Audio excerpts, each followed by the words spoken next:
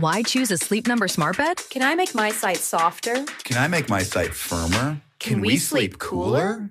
Sleep Number does that, cools up to 8 times faster, and lets you choose your ideal comfort on either side, your Sleep Number setting. Enjoy personalized comfort for better sleep night after night. And now, during our President's Day sale, take 50% off our limited edition bed, plus free premium delivery with any bed and base. Ends Monday, only at a Sleep Number store or sleepnumber.com. This is Ndamukong Suh from the No Free Lunch podcast. Ever feel like your workload is out of control? Like you're wearing every hat and expected to be everywhere at once? Running a business means juggling books, payments, leads, payroll, basically everything. But with Intuit QuickBooks, your workload gets unloaded. QuickBooks gives you access to Intuit's powerful AI agents and trusted human experts who work together to handle the tedious stuff so you can get back to what actually grows your business. And because everything's streamlined on one platform, your customer management, accounting, expenses, and payroll all work seamlessly in one place. So go ahead, outdo it with Intuit QuickBooks. Get 50% off QuickBooks Online for 3 months. Terms and conditions apply. Feature availability may vary by product. Visit QuickBooks.com for details. There are a million reasons people start therapy. A breakup, burnout, a new job. Whatever your reason, there is one place to start. Grow Therapy meets you where you are with support that actually sticks. Whether it's your first time in therapy or your 50th, Grow makes it easier to find a therapist who fits you, not the other way around. They connect you with thousands of independent, licensed therapists across the U.S., offering both virtual and in-person sessions, nights and weekends. You can search by what matters, like insurance, specialty, identity, or availability, and get started in as little as 2 days. And if something comes up, you can cancel up to 24 hours in advance at no cost. There are no subscriptions, no long-term commitments. You just pay per session. Grow helps you find therapy on your time. Whatever challenges you're facing, Grow Therapy is here to help. Sessions average about $21 with insurance, and some pay as little as $0, depending on their plan. Grow accepts over 100 insurance plans, including Medicaid in some states. Visit growtherapy.com/start now today to get started. That's growtherapy.com/start now. growtherapy.com/start now. Availability and coverage vary by state and insurance plan.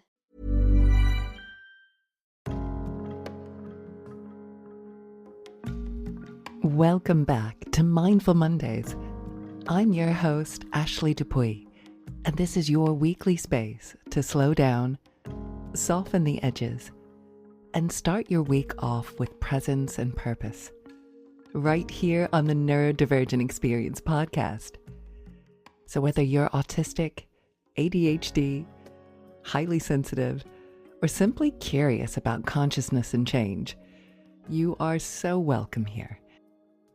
This is a space where your sensitivity is not a flaw to fix. It's part of your wisdom. And over the last 2 episodes, we've been exploring resilience and mindset. How to get comfortable being uncomfortable, how to bounce back, and how to reframe your life in a way that supports you rather than weighs you down. And today we're going to braid those threads into a topic that can sound simple, but is actually profoundly powerful when we understand the neuroscience: gratitude. And if you're already rolling your eyes a little, stay with me. This episode is most definitely not a positive vibes only inspirational poster. Because for neurodivergent nervous systems that are already overwhelmed, in pain, or navigating burnout, that kind of pressure can feel invalidating. Instead, we're going to go deep into the neuroscience of gratitude, how it reprograms your brain to counter negativity bias, especially for neurodivergent brains wired more deeply for intensity and threat detection. Because once you understand what gratitude actually does to the brain, especially a neurodivergent brain, everything is going to change.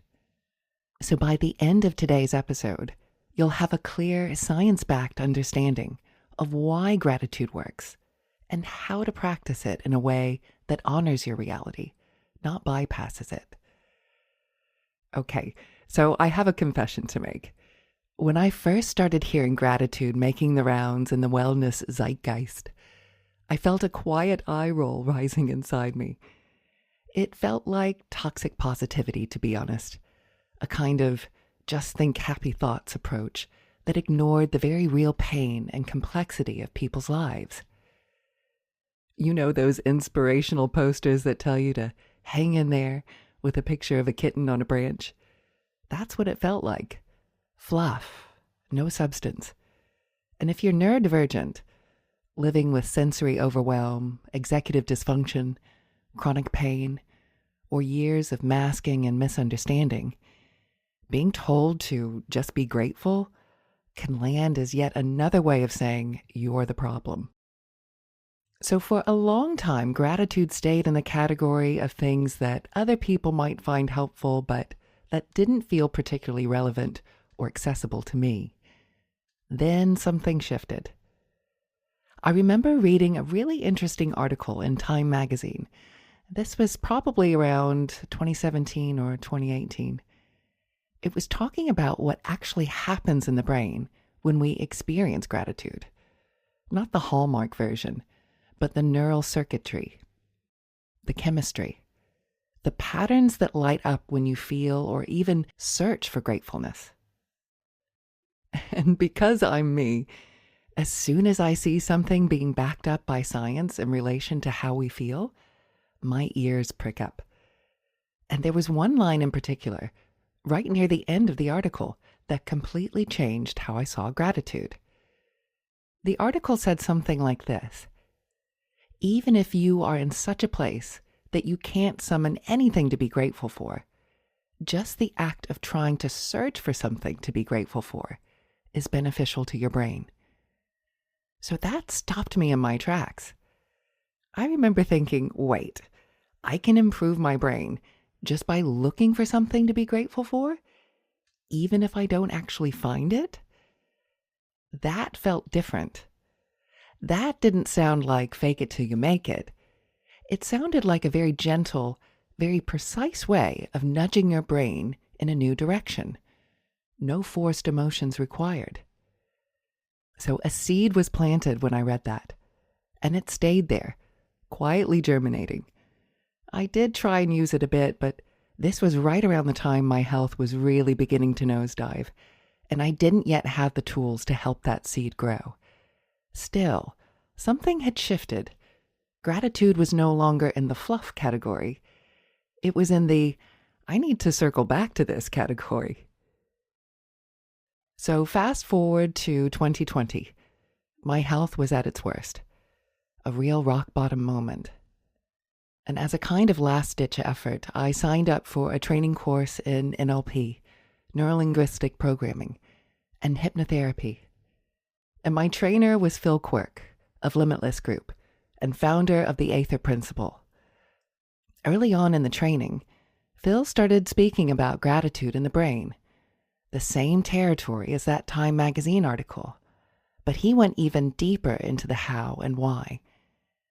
And he brought in an example that completely reframed the stakes.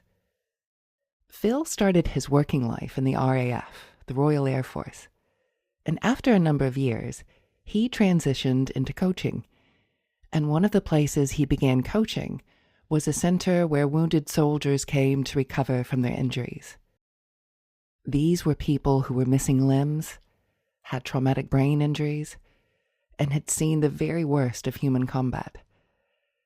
And Phil said, essentially, if you're going to walk into a room like that and start talking about gratitude, you better have the goods to back it up. You can't go in with a vague, think positive to someone who's lost their best friends, their limbs, or sense of their old identity. And thankfully, he did have the goods. Clear evidence from neuroscience and lived experience that gratitude practices can profoundly change how the brain filters reality, even in the most extreme circumstances. Now, these weren't people whose lives suddenly became easy. They were people whose inner lens began to shift just enough that a sense of meaning, possibility, and even joy could coexist with their pain. And this really matters for those of us who are neurodivergent. Many neurodivergent people carry years of micro wounds, missed diagnosis, school trauma, medical gaslighting, social rejection, and chronic burnout. You may not have experienced combat, but your nervous system may still feel like it's been living in a kind of ongoing battlefield. So gratitude in this context isn't about pretending your experiences were fine. It's about asking, is there any small way I can start to shift what my brain is highlighting so that my entire inner world isn't dominated by threat, comparison, and loss? And that question brings us to one of my favorite little parts of the brain. When Phil Quirk was teaching us about gratitude, he went deeper into his explanation for why this works. There's a little section in the brainstem called the Reticular Activating System, or RAS for short. And for this episode, we're just going to call it the RAS. And you can think of the RAS like a tiny DJ choosing what tracks get played in your awareness. The RAS is essentially a pattern recognition and filtering system. There is far too much information coming in at any given moment for your brain to process consciously. So the RAS decides what gets through the gate and what doesn't. And it operates a little bit like internet cookies do. You search for something online, and then on a different website, you suddenly see an advertisement for the exact thing you were just looking for. And some everyday examples of this are a phenomenon that happens with pregnant women. As soon as someone finds out they're pregnant, suddenly it seems like there are pregnant women everywhere they go. And it's not that more pregnant people have magically appeared. It's that their RAS is now tuned to that pattern. Or let's say you're researching to buy a new car. The make, the model, the color. And then suddenly you start seeing that exact car everywhere on the road. That is your RAS in action. It filters the world and shows you more of whatever you're focusing on, whatever you've implicitly told it is important. So for neurodivergent brains, this is huge. If you're autistic, your RAS might latch on to details, patterns, and anomalies far more intensely than others.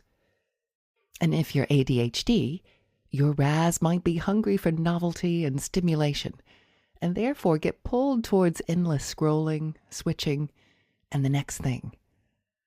Now, all brains are programmed toward a negativity bias, and many neurodivergent people live with a heightened negativity bias, a brain that is constantly scanning for threats, social rejection, sensory overload, signs that you're getting it wrong.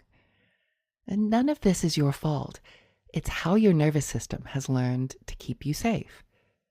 But this is where gratitude becomes less of a moral idea and more of a neural training practice. So starting a regular gratitude practice can literally rewire your brain. And the magic is in choosing 2 points of gratitude at the end of the day. And each day, they need to be 2 new pieces of gratitude. So let's unpack that. When you sit down at the end of the day and ask yourself, what are 2 things I'm grateful for that I haven't named before? You're making a very specific request of your RAS. You're asking it to scan your entire day, not for threats, not for failures, not for proof that you're behind, but for anything, big or small, that could be a source of appreciation. Now, in the first week or so, this is going to be fairly easy. You'll have obvious pieces of gratitude like your pet or your family, your friends, having a roof over your head. After a while, you run out of the obvious headline gratitudes, and that's where it gets really interesting and where your RAS starts to change. 2 or 3 weeks into a regular gratitude practice, finding new pieces of gratitude each day means you have to start noticing the tiny things that were always there but didn't register before. You're reprogramming your RAS to look for things to be grateful for. And suddenly, your brain starts to highlight new things, registering more deeply the smell of coffee in the morning, or the softness of your pet's fur, or a stranger who held the door for you, or the way sunlight hits the wall in your bedroom, or the relief of finally sitting down after a long day. Now, these are not huge, life-changing events. They are micro moments your RAS might have completely ignored when it was primarily tuned into what was going wrong. But as you practice, your inner spotlight shifts. And gratitude, in this sense, is microdosing meaning. And it's the same principle behind many of the practices I share on Insight Timer. Not forcing emotion, just gently guiding the brain to notice what's already steady. And this ties in beautifully with last week's episode on a growth mindset, because gratitude is an enormous part of a growth mindset. Where growth mindset says, what can I learn from this? Gratitude adds, what can I appreciate in this or alongside this? And for neurodivergent nervous systems, which are often closer to activation at baseline, this is not about pretending everything is fine. It's about giving your brain additional data to work with. Data that says, yes, there's difficulty here. And also there is beauty, support, and small goodness. So over 6 weeks of daily practice, that becomes a very different lived experience of the world. So let's talk for a moment about how our modern lives are completely hijacking our RAS. Social media scrolling creates depression and anxiety because the brain has a negativity bias to search for threats. And once you feel a threat, say a scary headline or a comparison to someone's perfect life or a piece of bad news, your brain wants to find an all-clear signal, something to reassure you that the danger has passed. The variable reward of the next post possibly being that all clear keeps you scrolling. It's like a slot machine. Maybe the next swipe will give you relief. Except most of the time, it doesn't. It just feeds you more negative stimulus, more outrage, more comparison, more not enough.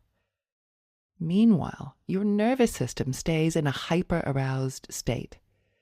Your RAS is being trained to scan for what's wrong, what's scary, what's missing. And because the algorithm learns what keeps you engaged, you literally get shown more of what you react to. Fear, anger, shock, beauty standards, productivity porn. And the news cycle works in a very similar way. There is so much polarization right now, and fear sells. It's one of the easiest ways for media outlets to get clicks and engagement. And none of this is conspiracy. It's just how attention-driven systems work. The problem is that your RAS is listening. And once again, Phil Quirk offered a real nugget of gold here, a metaphor that makes this beautifully simple. Think of the information you consume, the way you think about food and digestion. When you're eating, you experience the taste in your mouth, and you feel full after you swallow. But then the rest of digestion happens outside your conscious awareness. It's the same thing with information. You're consciously aware while you're watching the news or scrolling TikTok or reading a thread. But afterwards, your brain is digesting that information, and it's quietly changing your RAS, changing how you view the world. You might not notice it in the moment, but suddenly the world feels more dangerous. Other people feel more judgmental. Life feels more hopeless, and your own life feels smaller or less than. And I want to be really clear here. I am not suggesting you should never read the news or never go on social media. That's a very personal decision, and it can be important to stay informed and connected. But what I am suggesting is that you become very aware of what this is doing to your brain and how it's affecting your experience of the world. If your RAS is being programmed all day by fear, shock, and comparison, it makes sense that it would feel harder to access gratitude and that your nervous system stays on high alert. This is why intentionally bringing in gratitude practices matters so much. They don't cancel out the realities of the world, but they do help balance the way your RAS is tuned. They give your brain more than one channel to listen to. And I want to bring in a voice we've referenced before, the late spiritual speaker Ram Dass, who said, "Gratitude opens the heart. In the space of a grateful heart, you can move beyond judgment and attachment, finding your way to love." And later, reflecting on mortality, he said, "Enormous gratitude for the moment of light and breath I live. How sweet, how rare, to be given a body in which to move about this universe." That doesn't deny suffering. It honors impermanence. And if you listen to episode 22 on resilience, you'll recognize this theme. Life is finite, and that finiteness is what makes it precious. So if you're autistic, your sensory system may be more intense, your pattern spotting more acute, and your experience of social and environmental threats more frequent. Gratitude is not about saying, "This isn't overwhelming." It's about letting your RAS notice, alongside the overwhelm, the small islands of safety and pleasure, the soft blanket, the one friend who gets you, or the feeling of warmth on your skin. And if you're ADHD, initiation might be hard, and time might feel slippery, and rejection-sensitive dysphoria might make small setbacks feel huge. Gratitude can become a way of saying, "I'm grateful I tried," or "I'm grateful I remembered eventually," instead of only focusing on the moments where you got it wrong. Over time, that feeds your brain with evidence that you're not just chaos. You are also resilient, creative, and persistent. And for all neurodivergent profiles, gratitude doesn't erase trauma, systemic barriers, or the need for accommodations. What it does is offer a gentle way to re-weight your inner evidence list.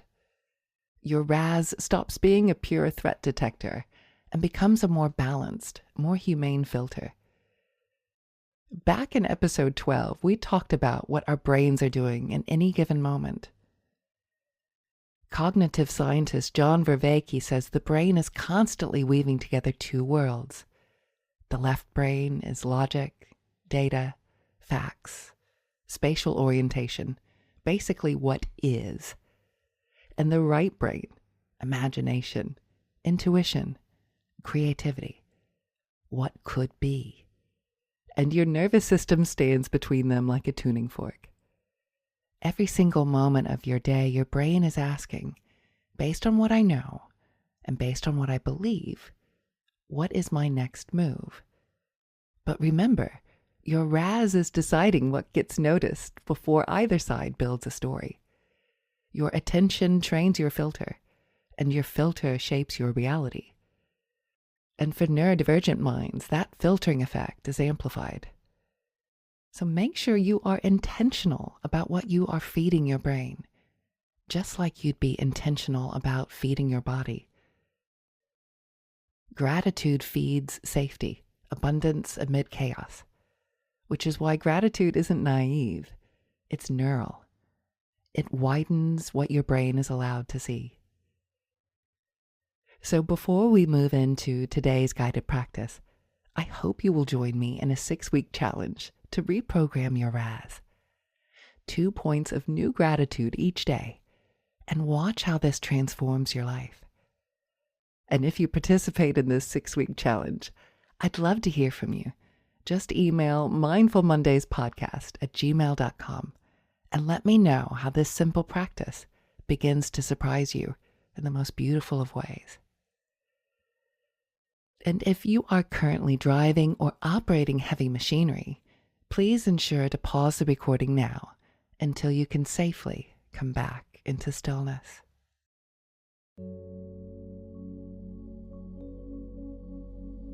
And just begin by finding a comfortable seated position, or you could be lying down.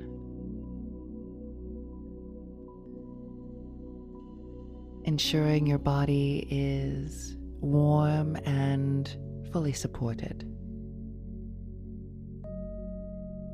And whenever you're ready, feel free to gently close your eyes.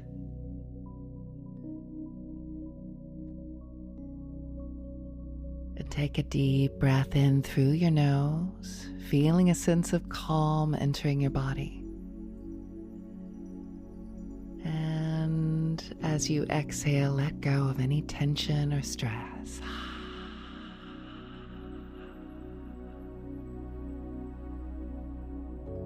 Good, that's right.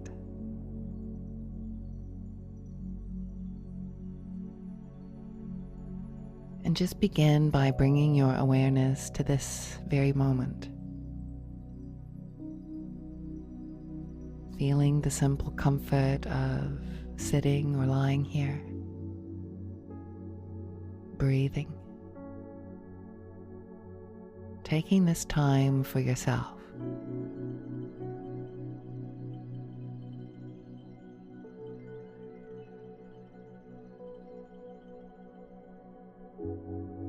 And feel a sense of appreciation for your body, for its ability to breathe and to support you in this practice.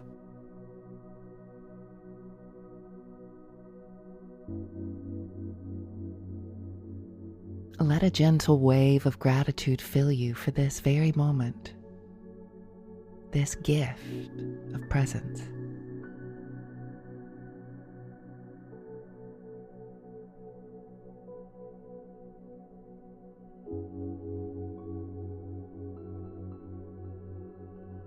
And now, allow your mind to bring up an image of someone who brings positivity into your life. It could be a friend, a family member, or even a cherished pet.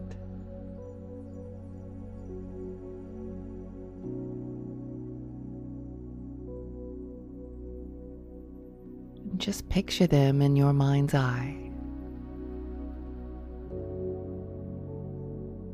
and allow yourself to feel gratitude for their presence in your life.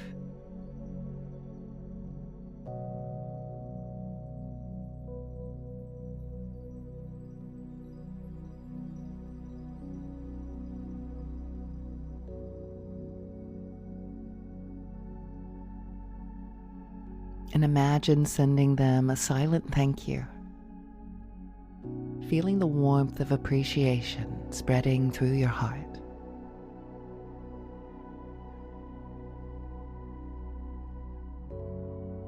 And just take a moment now to reflect on what they add to your life,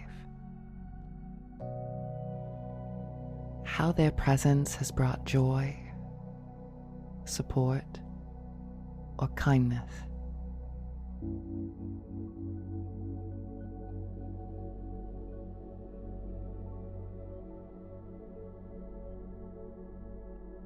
And as you hold this feeling, notice how gratitude softens and opens you, allowing you to connect more deeply with this positive energy.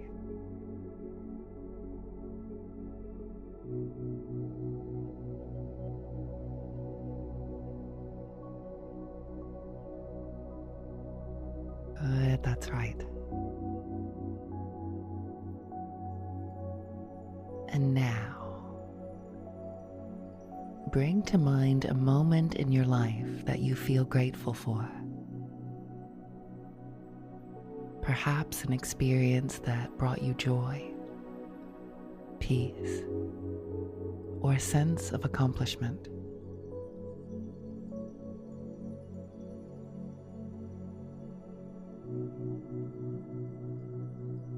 Just allow yourself to re-experience that moment.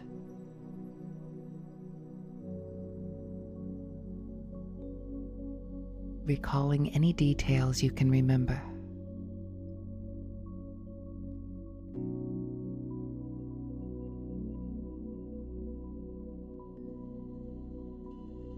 And feel the gratitude for this experience, for what it added to your life, and for the lessons or joy it brought.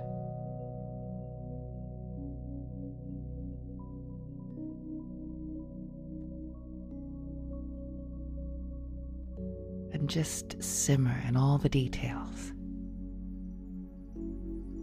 Let yourself savor this memory,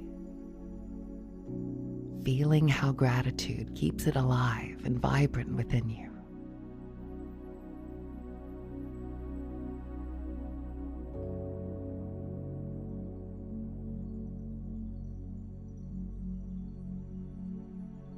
And now, if it feels comfortable, can you think of a challenge or difficult experience that helped you to grow?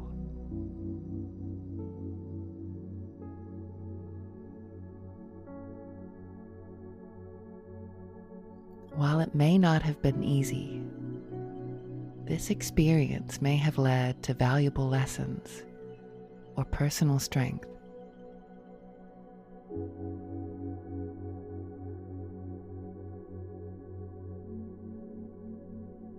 Gently allow yourself to feel gratitude for the resilience you gained and for the ways it shaped you and made you stronger.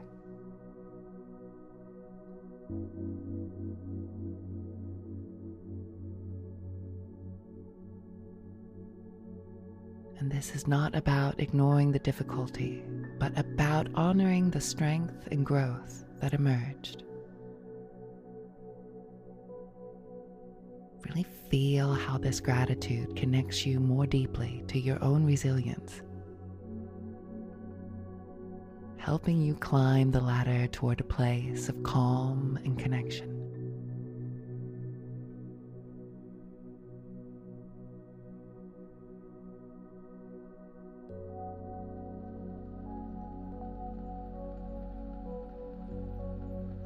And finally, bring your awareness to the small moments of everyday life that bring simple joys.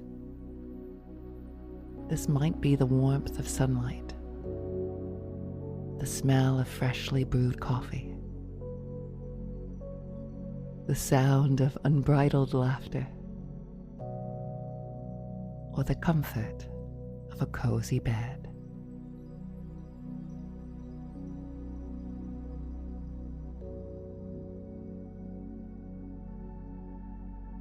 Just allow yourself to feel gratitude for these little things that often go unnoticed.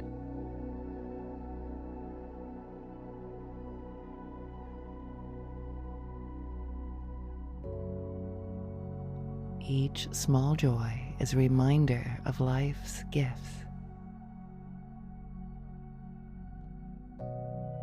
Really feel the gratitude for these details, knowing that they contribute to a rich and fulfilling life.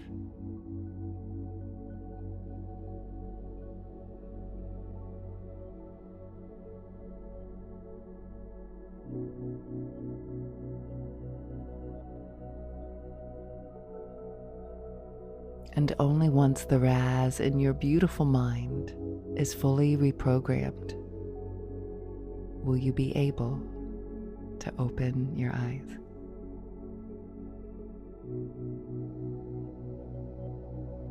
Thank you so much for spending this time and space with me. If this episode resonated with you, you can explore deeper guided practices with me over on Insight Timer. Just search for Ashley Dupuy. That's Dupuy.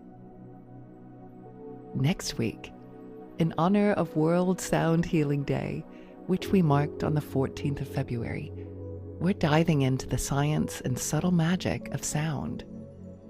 We'll explore how vibration shapes the nervous system, how music can shift your state in minutes, and how tools like binaural beats and intentional soundscapes can gently influence both the stories you tell yourself and the physiological state your body lives in. So whether you're highly sensitive to sound, deeply soothed by it, or easily overwhelmed by it, this episode will help you understand why sound affects you the way that it does, and how to use it consciously for regulation, healing, and growth. It's going to be a fascinating one, and I think you'll hear your own experience differently by the end of it. Until then, may you notice one small thing today that your brain would normally overlook. And may you remember, we are training the filter, not denying reality, just widening it.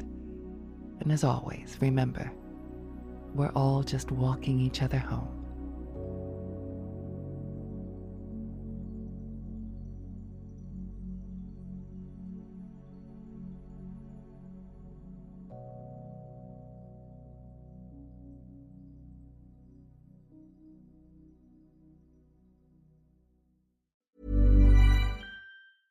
Why choose a Sleep Number smart bed? Can I make my site softer? Can I make my site firmer? Can we sleep cooler? Sleep Number does that. Cools up to 8 times faster and lets you choose your ideal comfort on either side, your Sleep Number setting. Enjoy personalized comfort for better sleep night after night. And now, during our President's Day sale, take 50% off our limited edition bed, plus free premium delivery with any bed and base. Ends Monday. Only at a Sleep Number store or sleepnumber.com. Hey, it's Paige DeSorbo from Giggly Squad. Obviously, I love Amazon Prime, and there's so many different reasons why I am obsessed with it.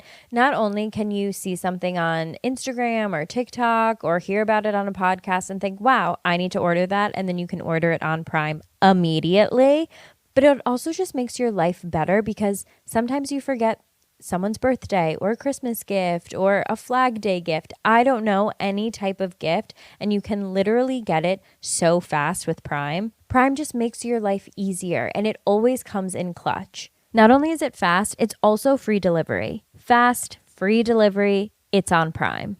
The youth mental health crisis is growing, and social media is a major driver. Kids are spending up to 9 hours a day on screens, often unsupervised, and studies show a direct link to anxiety, depression, and even suicidal thoughts. That's where Gab comes in. Gab offers safe phones and watches with no internet or social media, just the right tech at the right time. From smart watches for young kids to advanced parent-managed phones for teens, Gab keeps kids connected safely. Visit gab.com/getgab and use code GETGAB for a special offer. That's GABB.com/getgab. Gab, tech in steps. Independence for them, peace of mind for parents.